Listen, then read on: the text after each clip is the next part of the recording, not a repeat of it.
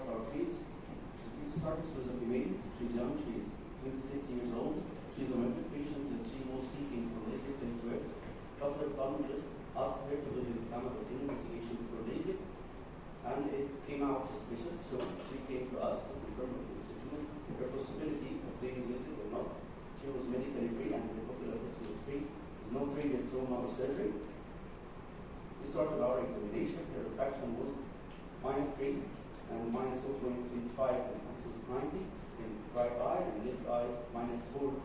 Spherical error was -4.25 and cylindrical error in axis 100.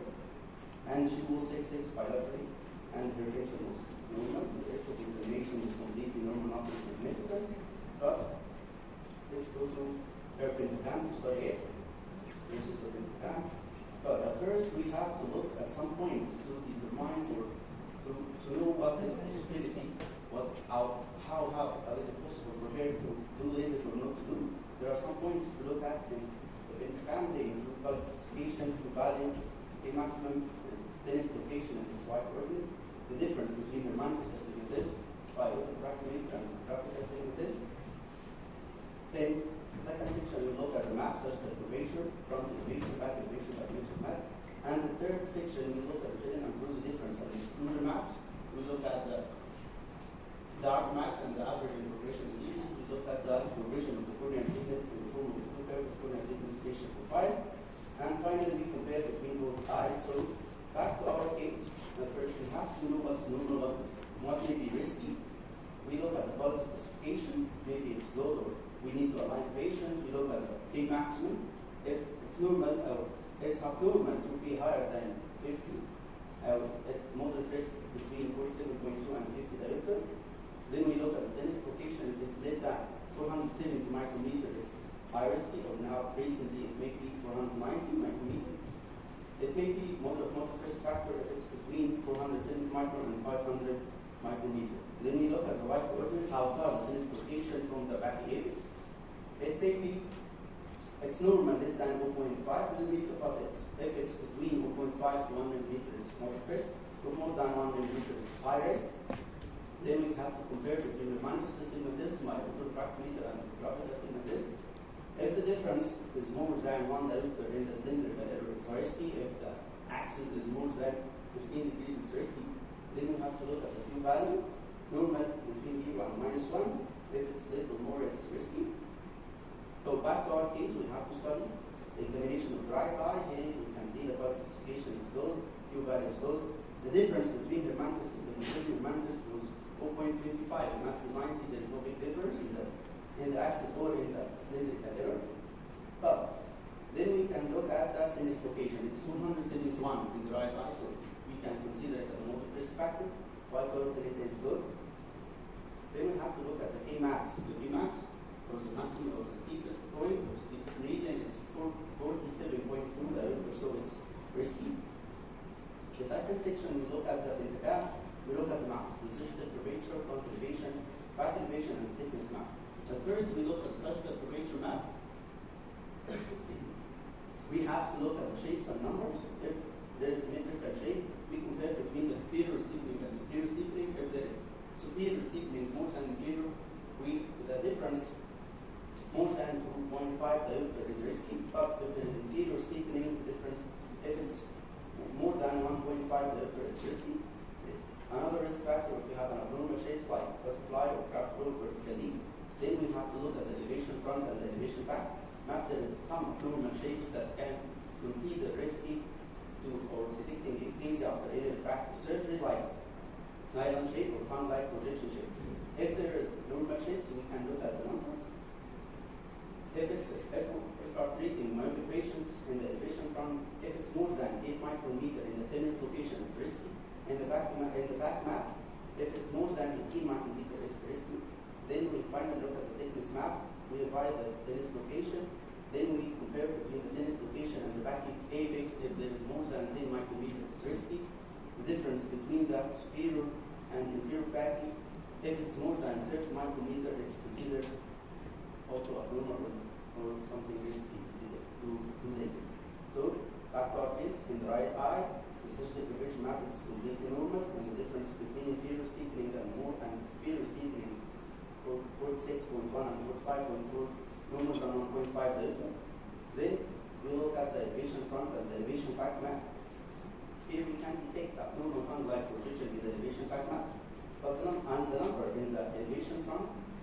plus 9 micrometer in the thinnest location, which is more than 8 micrometers, so we can take it to our risky risk factor. And but number in the elevation brackets plus 16 less than plus 15 micrometer in the thinnest location, so it's not risky. Then we finally look at the Baki map. Here we can detect the 473 thinnest location. That's moderate risk factor, as we said before.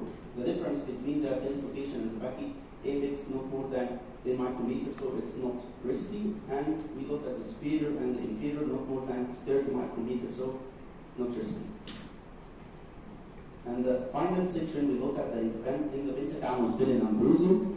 The Pillin and Bruzo difference in exclusion maps. If we look actually at the color, if it's red, there is high risk, and if it's yellow, it's moderate risk. We look at average and the arc max and the progression indices. If it's above 1.1, it's moderate risk. The arc max, if it's less than 330, it's moderate risk factor. Then we look at the two curves, if they are within the normal range or if they are outside of the normal range, if there is quick stop before 6 millimeter or not. And finally, we look at the standard deviation for the final D. If it's more than 1.6, it's yellow and it's moderate risk. If it's more than 2.6, it's high risk. So, in the right eye of this patient, we can detect in the elevation front map the exclusion, it's red color, so it's high risky. Then we look at the progression indices, average and arc max. They can tell us that there is a risk. The curves we can consider them normal, they are within the normal range and there is no quick stop before 6 millimeter. And finally, we look at the D, or the final D, it's more than 2.6, it's 3.53, so it's risky. And now we are going to examine the left eye. As we said before, I don't know. Here we can look at the color specification is okay, the Q value is good. The difference between manifest astigmatism and topographic astigmatism not big, so it's good.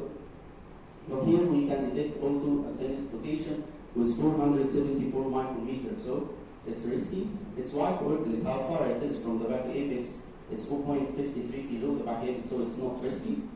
But the K-max here, it's 47.3 diopter, we can consider it as a risky factor. Second section, we look at the maps. Touch the curvature map. It's normal, no big difference between superior and inferior. Elevation front and elevation back map in the left eye. In the elevation back map, we can detect abnormal tunnel-like projection, but the numbers is good, below than 8 micrometer in the elevation front and below than 18 micrometer in the thinnest location in the elevation back map.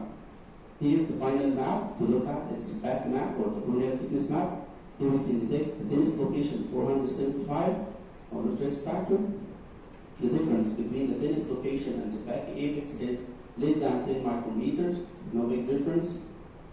And we look at the difference between superior steep point and the inferior steep point, not more than 30 micrometers, so it's not risky for this point. And the final section, we look at the Pillin and Bruzo difference exclusion maps. Here we can detect also another red color, it's risky. The average and the arc max, it's also risky, 1.29 in the average and 281 in the arc max. Finally, we look at the two curves. We can consider them within the normal, there is no big slope. The final D is risky at 3.48. And the final point is to compare between both eyes in 5 points in the average case, front cornea and back cornea. If there is big difference or there is more difference than 0.3 diopter, if there is then 0.1 diopter, and we look at the thinnest location. Here we can compare the KM 46.2 diopter, 46.3 no difference, and the KM in the back 6.7 and 6.7 no difference. Thinnest location 471, 474 no big difference. Elevation front and elevation back plus 9 plus 7 no big difference, plus 16 plus 13 no big difference. So at the conclusion we can summarize the risk factors in this patient. The thinnest location 471, 474, Kmax 47.2, 47.3. So our management in this case was we prescribed pair glasses and we recommended that we advised her that the LASIK is not recommended. We can take some massive contrast to LASIK, Pillin and Bruzo into any abnormality in the cornea and topography. Here are my references and thank you.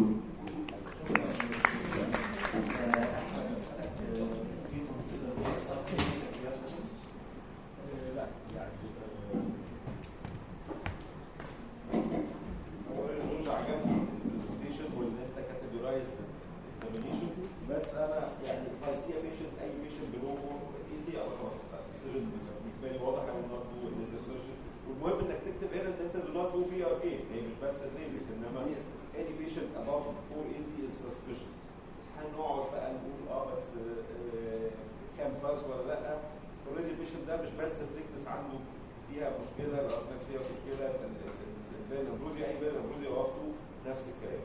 الحاله الوحيده اللي ممكن حد يفكر فيها في بيشنت زي ده لو انت لقيت مثلا، لو انا لقيت اي كمان بيشنت عنده ريسك فاكتورز اديشنال غير التن، يعني لو كل حاجه كويسه والتن تكنس بقى بتوين 470 و 480 اللي هي البوردر لاين اريا. any other risk factor مثلا في ميل تشايلد بيرنج بيريد. some people would consider ان عيان مثلا ميل وفي 30s ده الكورنيا stabilized اكتر وان احنا consider surface ablation for a low error اقل من 2 diopter مثلا بس او 3. بس I would not do من الاصل اي patient اقل من 480 is considered high risk.